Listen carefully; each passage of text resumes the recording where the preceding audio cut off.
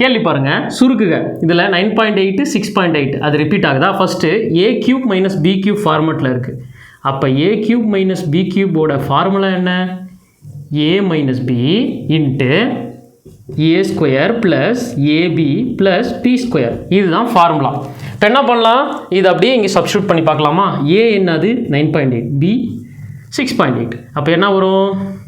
9.8 minus 6.8 into a square 9.8 square plus 9.8 into b 6.8 plus b square என்னது 6.8 whole square divided by இது அப்படியே இங்கே எழுதலாம் 9.8 whole square plus 9.8 into 6.8 plus 6.8 whole square.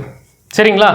இப்போ இதை விட்டுருங்க, 9.8 மைனஸ் 6.8 விட்டுருங்க. இந்தாண்ட மல்டிபிளில் இதெல்லாம் பாருங்கள், கீழே இருக்கிறதுக்கும் இதுவும் சேமாக இருக்கும். அப்போ என்ன பண்ணலாம்? இதை அப்படியே அடிச்சிடலாம். அடிச்சிட்டா நமக்கு 9.8 மைனஸ் 6.8 எத்தனை? 3. அப்போ விடை எத்தனை? 3 தான் ஆன்சர். சரி, இது நான் இந்த ஃபார்மெட்டில் ஃபார்முலா வச்சு போட்டேன்.